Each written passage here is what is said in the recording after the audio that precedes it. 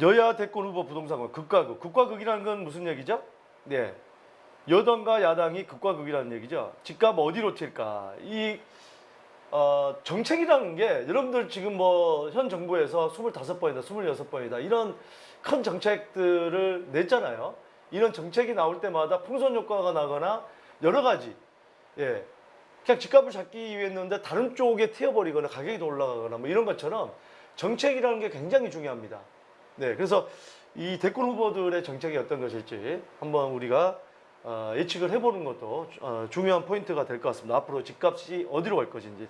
여당 예비 후보들은 대체로 토지 공개념과 세제 강화 등을 통한 불로소득 환수, 주택 공급의 공공성 강화를 주요 정책. 토지 공개념. 토지 공개념이 뭡니까? 토지를 공공의 목적으로 공공의 목적에 의해서 어떤 그 제한을 할 수 있다. 뭐 큰 틀에서는 공공의 목적에 맞게 뭐 집값이 많이 오르면 뭐 한수도 할 수 있다. 뭐 초과이익 환수제라든지 개발이익 환수제라든지 뭐 이런 것들이 토지 공개념의 구체적인 내용이겠죠. 그래서 불로소득을 환수하겠다. 자, 어떤 내용인지 보도록 하겠습니다.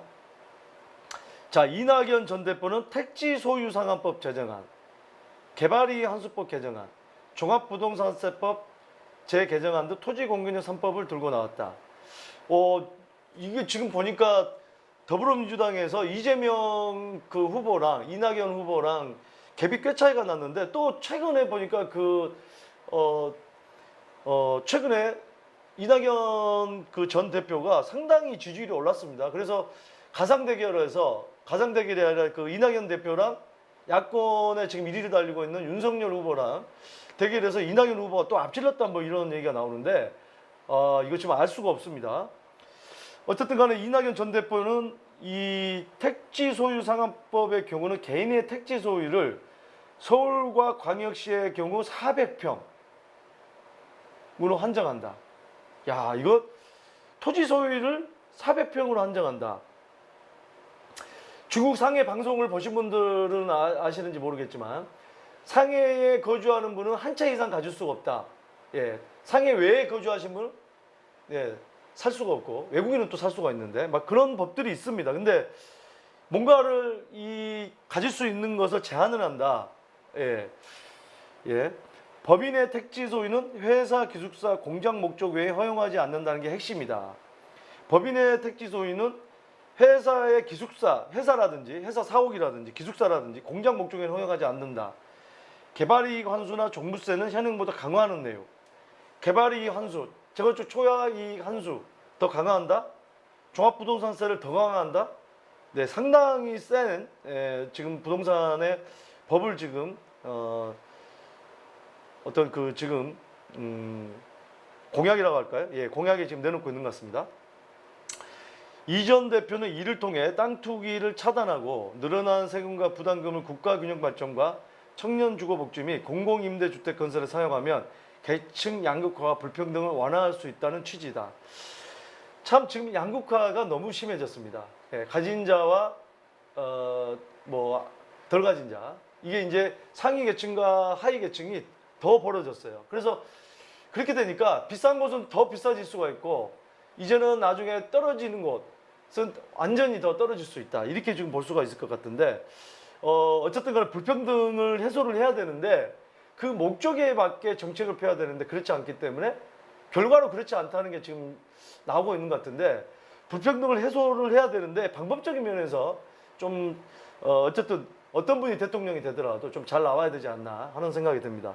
자, 이재명 경기도지사도 토지 공개념의 바탕을 두지만 방식은 좀 다르다. 그러니까 더불어민주당의 대표 후보 이낙연 후보와 이재명 후보는 토지 공개념의 바탕을 두지만 좀 다르다. 어떻게 다르냐? 실거주하거나 업무용으로 사용되는 부동산의 세금 부담은 완화하되 요거는 좀 다르네. 이낙연 후보는 법인은 사옥이라든지 아니면은 꼭 그 목적 외에는 안 되는데 지금은 여기는 그렇지 않은 비필수 부동산의 징벌적 세금을 부과하는 국토보유세를 주창해야 한다. 부동산 불로소득에서 걷는 세금은 기본소득 재원으로 쓴다. 자, 추미애 전 법무부 장관은 집주인이 살겠다고 하면 집을 내줘야 하는 임대차 3법의 예외 조항 때문에 4년 계약갱신 청구권이 오히려 임차인을 퇴거시키거나 법으로 변질됐다며 개선을 약속했다. 집주인이 살겠다고 하면 2년만 살고 2년은 못 살고 이제 집주인이 살겠다고 하면 되는데 집주인이 살겠다고 해도 안 된다는 법을 만들겠다는 거죠. 야, 이걸 그러면 집주인이 자기 집 죽을 때까지 못 들어가는 경우도 생기겠네요. 어떤 법이 좋은지 여러분들이 판단하시기 바랍니다. 자, 야권 대권 주자들의 부동산 공약은 대부분 아주 구체적이지 않다. 야권은 윤석열 전 검찰총장은 종부세를 전면 재검토하겠다고 밝혔다. 자, 그 다음에 이제 제주도 원희룡 지사가 국민의힘 대권 주자 후보죠. 양도세와 보유세를 모두 없애는 방안을 연구하고 있다. 양도세와 보유세를 모두 없앤다.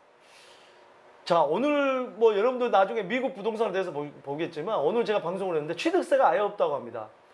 양도세도 최대 30%밖에 안 된다고 하고 보유세도 우리가 지금 많이 있는 걸로 알고 있는데 그렇지가 않더라고요. 예.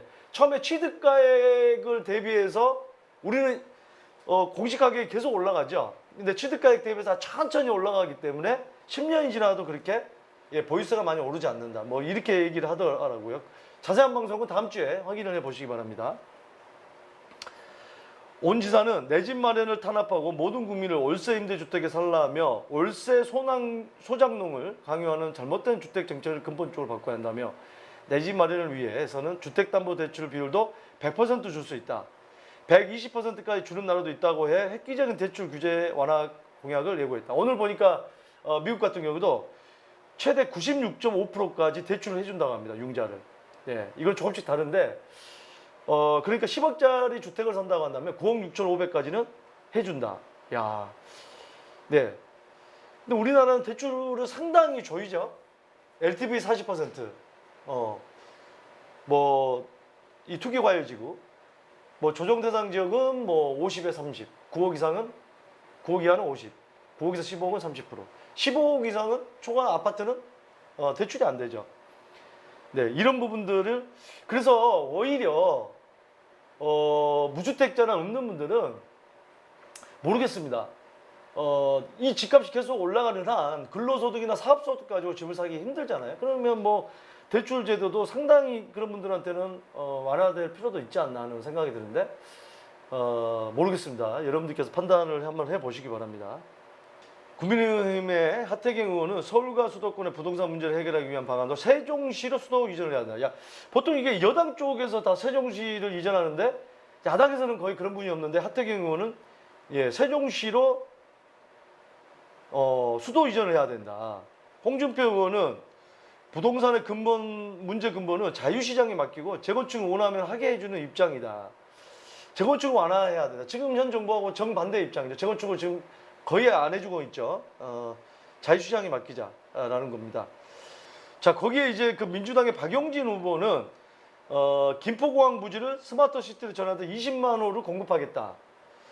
이제 공급 대책에서는 여건 야건 할 것 없이 다 나옵니다. 왜? 표를 따야 되니까 각 지역에. 근데 이게 한쪽에서는 뭐 토지 공개념이니 뭐니 해가지고 세금을 많이 부과하는데 또 개발을 하겠다? 이게 좀 글쎄요. 앞뒤가 지금 맞는 얘기인지 모르겠지만 자, 이재명 지사는 간판 주택 공급 공약은 기본주택이다. 기본주택. 역세권 등의 입지가 좋은 곳에 지어진 고품질의 아파트로 무주택자라면 누구나 적정 가격에 30년 이상 장기 거주할 수 있는 30년 이상 장기 전세 개념이겠네요. 네, 역세권에 입지 좋은 곳에 입지 좋은 역세권에 이런 땅들이 많이 있나요? 예, 그 부분도 한번 봐야겠죠. 이 지사는 이를 위해 시중에 60% 정도 가격에 임대할 수 있는 공공임대주택을 250만 호에서 300만 가구 공급하겠다.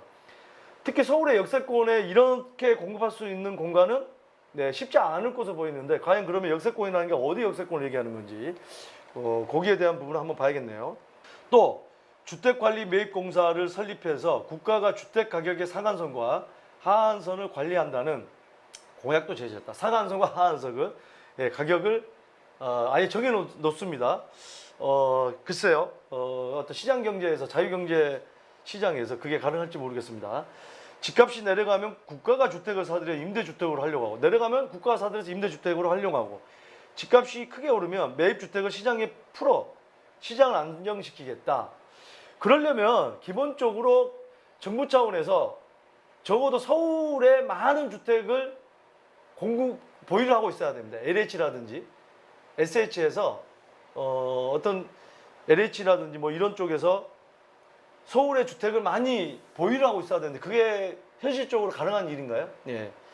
어쨌든 서울 집값을 잡아야 전국의 집값이 잡히기 때문에 서울이 시발점이죠. 대장주고요. 정세균 전 국무총리는 폭탄이라고 할 정도로 공급을 대폭 늘리겠다는 필요하다는 입장이다. 정 총리는 5년간 280만 원 주택을 공급하겠다고 했다. 공급 확대로 주택 가격이 안정되면 세제나 금융 시스템을 정상화할 수 있다고 생각한다. 자, 유승민 전 의원은 민간 개발 방식의 수도권에 100만 호를 공급하겠다고 밝혔다. 이는 청년이나 저소득층을 위한 복지 차원의 수십만 호 공급과는 별도다. 유 전 의원은 사회주의 주택 공급 방식인 현 정부의 공공주도 개발로는 공공 목표를 달성할 수 없고 시장의 신뢰도 얻을 수 없다고 비판했다. 자, 이 대권 후보들의 각양각색의 부동산 정책이 나옵니다. 어쨌든 간에 여러분들이 지금 부동산 문제가 심각한 문제이지 않습니까? 이런 어떤 그 공약들을 잘 보시고 판단을 하시길 바라겠습니다.